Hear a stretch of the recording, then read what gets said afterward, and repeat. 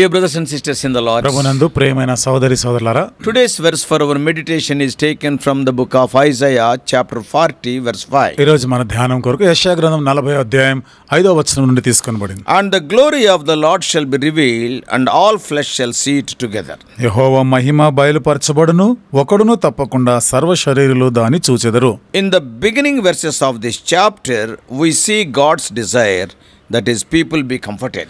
ఈ అధ్యాయంలో ఆరంభ వచనాల్లో మనం చూస్తే దేవుని ఆశ ఏమిటంటే దేవుని ప్రజలు ఆదరించబడాలి, ఓదార్చబడాలి. He delights to bring them peace and pardon. వారికి ఆయన సమాధానము, క్షమాపణని ఇచ్చే దాంట్లో సంతోషించేవాడే ఉన్నాడు. In history, చరిత్రలో this was initially fulfilled with Israel's release from captivity in Babylon. ఇది ఆరంభంలో ఇశ్రాయేలీలు బబులోను చెర నుండి విడుదల పొందిన సందర్భంలో జరిగిన సంగతి. But the primary fulfillment occurred at Christ's first coming. అయితే క్రీస్తు వారి మొదటి రాకడలో ప్రాథమికంగా ఇది నెరవేర్చబడింది. Yeah, when sin was defeated on the cross, శిలువ మీద పాపం ఓడించబడినప్పుడు, when those spiritually captive to sin's power were set free by faith. ఆత్మీయంగా పాపం చేత చెరపట్టబడిన వారు విడుదల పొంది విశ్వాసం ద్వారా విడుదల పొందారు. Now verse 3 begins with the assumption that there are barriers to Christ's coming.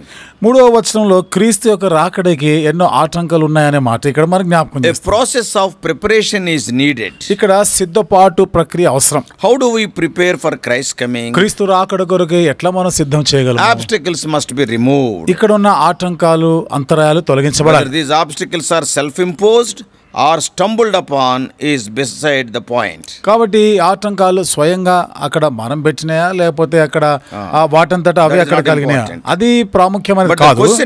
ప్రశ్న ఏమిటంటే how will you overcome them? వాటిని నువ్వు ఎట్లా అధిగమిస్తావు? It begins with a voice crying out to all who will listen. ఇక్కడ మరి ఒకని స్వరము వినాలి అనేటువంటి ఒక కేక ఇక్కడ వినబడతా ఉంది. See each verse from 3 to 5. 3 నుండి 5 వచనాలు, ప్రతి వచనంలో కూడా it can be seen as 3 steps to understanding the purpose of the coming of Christ. క్రీస్తు యొక్క రాకడకి యొక్క ఉద్దేశాలు మనం 3 సందర్భాలు చూడొచ్చు. Verse 3, 3వ వచనంలో the voice calls us to prepare the way. ఇక్కడ స్వరం ఏమని చెప్తా ఉంది? మార్గము సిద్ధపరచుడి. Secondly, in verse 4, రెండోది 4వ we are వచనంలో called to remove the obstacles. మనం ఈ ఆటంకాలన్నీ కూడా తొలగించాలి అని కోరబడుతున్నాం. And thirdly, in verse 5, మూడోదిగా 5వ వచనం we చూస్తాం. get to behold the glory. మనము ఆయన మహిమని చూడాలి. Let's begin from verse 3 by considering this voice. ఈ స్వరము గురించి మనం చూస్తూ 3వ వచనం నుండి ఆరంభిస్తాం. Who is it? ఎవరది?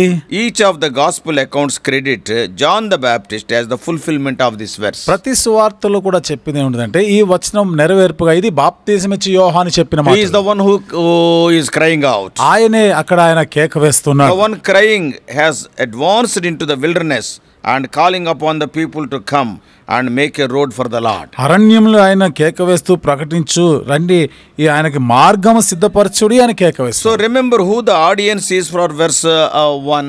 మరి మొదటి వచనంలో వినువారు ఎవరు? ఇక్కడ చూడండి, My people. నా ప్రజలు, నా జనులు. It is a call for preparation by those within the covenant community. కాబట్టి ఈ నిబంధన సంబంధమైనటువంటి సమాజంలో ఉన్నవారు వాళ్ళు చేయవలసినటువంటి. Many of them are living in compromised ways that hinder the coming of Christ in their lives. వారిలో చాలా మంది క్రీస్తు వారి జీవితంలో రాకుండా ఉండే ఆటంకాలకి వాళ్ళు అక్కడ రాజీ పడిన వాళ్ళు ఉన్నారు. So it is easy to find ourselves in this passage. ఈ భాగంలో మన స్థితిని, మన స్థలం మనం చూసేది చాలా కష్టమైనది. We need to hear the voice calling us today. ఈ రోజు మనము ఆ స్వరం, మనం పిలుస్తున్న ఆ స్వరాన్ని గుర్తించవలసిన వారు మనం. In verse 4, 4వ వచనంలో we are met with more landscaping metaphors, similes.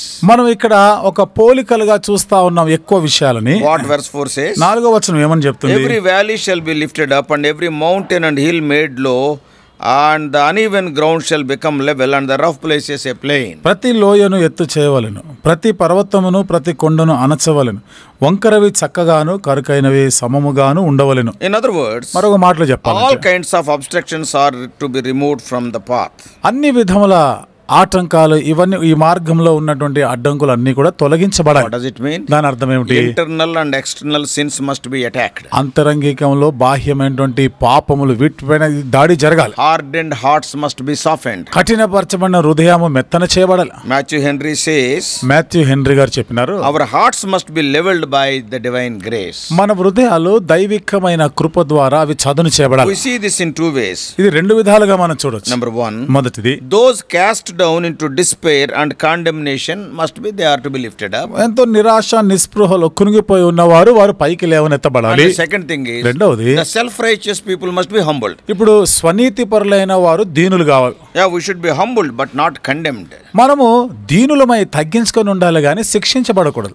Whether you are filled with pride or in the depths of despair, నీకు ఒక గర్వం ఉన్నా లేదా నువ్వు కృంగిపోయిన స్థితిలో ఉన్నా, you need to hear the voice calling you out of the frame of that spirit. కాబట్టి అలాంటి ఆ మనసు కలిగిన ఆ స్థితి నుండి బయటికి రావాల్సిన స్వరం నువ్వు వినాలి. That's how repentance begins. ఆ విధంగా మారు మనసు అనేది It is ఆరంభించబడుతుంది. listening to the call and responding in faith. పిలుపును విని విశ్వాసము దాన్ని స్పందించడం అవసరం. Then our anger will be turned into joy. అప్పుడు మనగా కోపము సంతోషముగా మార్చబడుతుంది. Our rage becomes peace. అప్పుడు మనకున్నటువంటి ఆ ఉగ్రత అది శాంతి సమాధానంగా మార్చబడుతుంది. Our lives will be completely transformed. మన జీవితాలు సంపూర్ణంగా మార్చబడతాయి. We will be a new creation. మనం ఒక నూతన సృష్టిగా What చేయబడతాం. are the internal and external barriers to Christ coming more fully into your own life? క్రీస్తు నీ జీవితంలో సంపూర్ణంగా రావడానికి ఉన్న ఆటంకాలు అడ్డంకులు ఏమిటి? Are there peculiar sins that have you imprisoned? You are present by them. ఒకవేళ నువ్వు ఆ పాపంలో ఒక ప్రత్యేకమైన పాపం చేత నువ్వు చెరపట్టబడి ఉన్నటువంటి పాపంలో Are you filled with fear, భయంతో నిండి ఉన్నావా? pride or anger? గర్వము కోపంతో ఉన్నావా? Maybe you have always thought of yourself as autonomous and able to take care of yourself. Oh, I can do anything. లేదా ఎప్పుడు స్వనీతి కలిగి నేను చేయగలను ఇదంతా కూడా నేను చూసుకోగలను అనేటువంటి మనసు ఉందా? So admitting need would be a failure. కాబట్టి మనం ఇక్కడ ఈ అవసరతని గ్రహించుట ఇక్కడ మనము విఫలమవుతున్నాం. Whatever it is, అదేదేమైనా this voice calls you to examine the barriers in your life that impede worship. ఈ స్వరము నేను ఆరాధన చేయకుండా ఉండలాగన ఏ ఆటంకాలు ఉన్నాయో అది తొలగించాలి అనేటువంటి They పిలుపునిస్తుంది. may be internal or external. అంతరంగికమైన కావచ్చు బాహ్యమైనమైన They కావచ్చు. may be obvious, so clear, or sometimes they may be subtle. అవి ఎంతో స్పష్టంగా బయట కనబడేవైనా లేదా మోసయుక్తంగా కుయుక్తిగా What ఉన్నాయి. are the valleys you have walked through? నువ్వు ఏ లోయలు గుండా వెళ్ళినావు?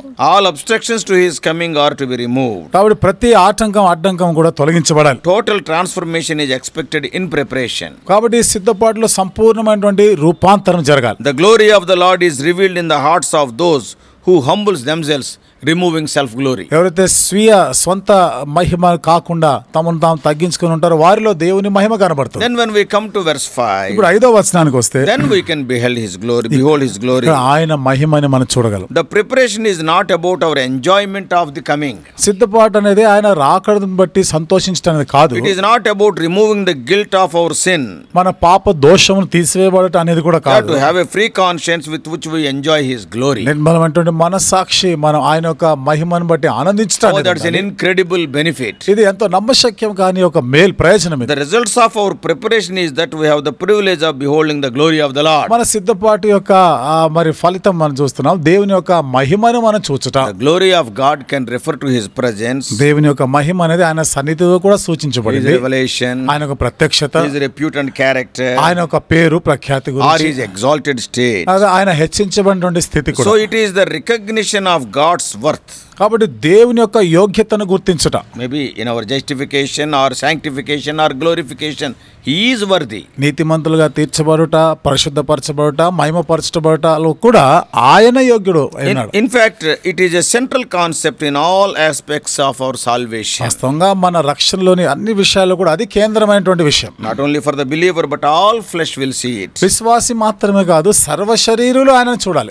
In Philippians chapter 2 verses 10 and 11. ఫిలిప్పీయులకు రాసిన పత్రిక 2వ అధ్యాయం 10-11 వచనాల్లో What is written there? అక్కడ ఏమని రాయబడింది? So that at the name of Jesus every knee should bow in heaven and on earth and under the earth, and every tongue confess that Jesus is the Lord, to the glory of God the Father. అందుకే పరలోకమందున్న వారిలో గాని భూమి మీద ఉన్న వారిలో గాని భూమి క్రింద ఉన్న వారిలో గాని ప్రతివాని మోకాలు యేసు నామమున వంగునట్లును ప్రతివాని నాలుకై తండ్రి అయిన దేవుని మహిమార్థమై యేసుక్రీస్తు ప్రభు అని ఒప్పుకొనున్నట్లును దేవుడు ఆయన అధికంగా హెచ్చించాడు. All flesh will see it. సమస్త శరీరులు దాన్ని చూడాలి. For the Israelites in Egypt, మరి ఐగుప్తులో ఉన్న ఇశ్రాయేలీయులు they beheld the glory of God in his miraculous deliverance of them from under Pharaoh's hand. వారు దేవుని యొక్క మహిమని ఫరో యొక్క చేతి క్రింద నుండి వారు అద్భుతమైనటువంటి విధానంలో విడిపించబడటంలో చూసినారు. They saw the glory of God in the preservation of their lives during the 40 years wandering in the wilderness. 40 సంవత్సరాల అరణ్యంలో తిరుగులాడుతుండగా దేవుడు ఏ రీతిగా వాళ్ళని భద్రపరుతూ వచ్చాడో దానిలో వాళ్ళు చూసినారు దేవుని మహిమ. When you come to Isaiah's days, యెషయా దినాలకి మనం వస్తే, for the actual and literal audience of Isaiah's day, యెషయా కాలంలో ఉంటే వాస్తవంగా ఉన్నటువంటి వినేవారు ఎవరంటే, the glory was seen through the promise that deliverance would come. చూడండి, ఇప్పుడు విడుదల వస్తుంది అనేటువంటి వాగ్దానం చేయబడిన దాంట్లో మహిమను చూస్తాం. Deliverance is going to come. ఇప్పుడు విడుదల కరగబోతుంది. God is going to do that. దేవుడు అది చేయబోతున్నాడు. He is a God who is telling the future. ఆయన భవిష్యత్తు గురించి చెప్తున్న దేవుడు. There we can see the glory of God. అక్కడ ఆ విషయంలో దేవుని మహిమను చూస్తాం. And that was proved at the proclamation of Cyrus. అది కోరేషు గురించి చెప్పినప్పుడు నిర్ధారించబడింది. When Cyrus proclaimed, కోరేషు ఎప్పుడైతే ఆ ప్రకటన చేసినాడు, oh, you go and build the temple, నువ్వు వెళ్ళండి ఆ మందిరాన్ని నిర్మించండి, then the deliverance came to fruition. ఆ విడుదల అనేది ఫలభరితమైంది. At the time of Christ, క్రీస్తు వచ్చిన ఆ సమయంలో John the Baptist announced the arrival of the Messiah. బాప్తిసమిచ్చు యోహాను మెస్సయ యొక్క రాకడ గురించి ప్రకటన చేశాడు. And his glory was seen in triumph over death in his resurrection. ఆయన మరణం పైన జయం సాధించి పునరుత్థానుడైన దానిలో ఆయన మహిమ కనబడింది. We too prepare to behold the same glory at the Messiah's return. మనం కూడా మెస్సయ తిరిగి వచ్చినప్పుడు ఆ మహిమని మనం చూస్తున్నాం. When God's glory is revealed in our lives, మన జీవితాల్లో దేవుని మహిమ బయలుపరచబడినప్పుడు transformation is inevitable. వాటి రూపాంతరం అనేది తప్పక జరుగుతుంది. In our individual lives, మన వ్యక్తిగత జీవితాల్లో, corporately as the greater body of Christ, సమాజంగా ఇంకెక్కువైనటువంటి క్రీస్తు సంఘం అనే శరీరం. When Christ is revealed, our culture also will be changed. క్రీస్తు ప్రత్యక్షమైనప్పుడు మనకున్నటువంటి స్థితిగతులు సంప్రదాయాలు కూడా మారిపోతాయి. Turn away from your sin and return to your God in reverent worship. నీ పాపము నుండి నువ్వు మళ్ళుకొని ఎంతో గౌరవంగా దేవుని ఆరాధించడంతో దేవుని వైపుకు నువ్వు తిరగాలి. Repentance and worship are the proper response to the prophet's call to prepare the way. పశ్చాత్తాపడి దేవుని ఆరాధించాలనేది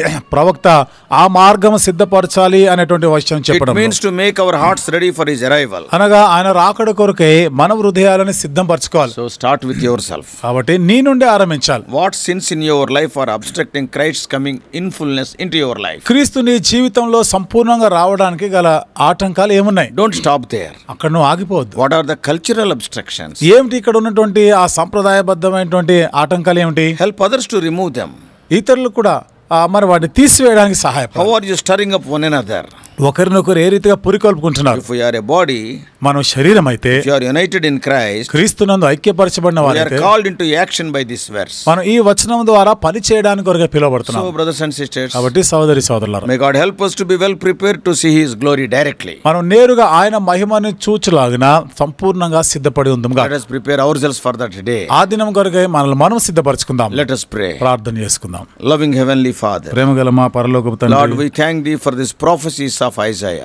యెషయా యొక్క ప్రవచనాలను బట్టి వందనాలు చెల్లిస్తున్నాం. Chapter 40 is speaking of the ministry of John the Baptist. 40వ అధ్యాయంలో బాప్తిజం ఇచ్చే యోహాను యొక్క పరిచర్య గురించి మాట్లాడుతుంది. The mountains will be made low, పర్వతములు అనగబడతాయి, and also the valleys will be lifted up. లోయలు ఎత్తు చేయబడతాయి. Crooked roads will be made straight. వంకరగా ఉన్న మార్గములు చక్క చేయబడతాయి. Rough places will be smoothened. కరుకైనటువంటి మార్గములు చదును చేయబడతాయి. Oh Lord, our lives are like that. మా జీవితాలు కూడా అట్లాగే ఉన్నాయి. Our lives are like mountains, or valleys, or crooked places, or rough places. మా జీవితాలు పర్వతంలాగా, లోయల్లాగా, వంకరగాను ప్రభు కరుకైనవిగా ఉన్నాయి. Oh Lord, with such things we cannot see thy glory. అలాంటివన్నీ కలిగి ఉండి నీ మహిమను చూడలేము. Help us to remove those obstructions. ఈ ఆటంకాలన్నీ కూడా తొలగించడానికి సహాయం చేయి. Prepare us to see thy glory face to face. ప్రభువా, ముఖాముఖిగా నీ మహిమను చూచడానికి సహాయం Very చేయి. shortly thou art going to come into the midday. అతి త్వరలో మధ్యాకాశానికి మీరు వస్తున్నారు. We are going to see you with glorious bodies. ఓ ప్రభువా, మహిమా శరీరముతో మేము మిమ్మల్ని చూడనై ఉన్నాం. Enable us to O Lord, to prepare ourselves for that wonderful day. ఆ అద్భుతమైన దినం కొరకే మమ్మల్ని మేము సిద్ధపరచుకున్న దానికి సహాయం Keeping the చేయి. day of the Lord in view, we may lead our lives in this way. ప్రభు రాకడ దినాన్ని దృష్టిలో పెట్టుకొని నేటి దిన జీవితాన్ని జీవించడానికి సహాయం చేయి. Bringing all of us under the sprinkling of thy precious blood.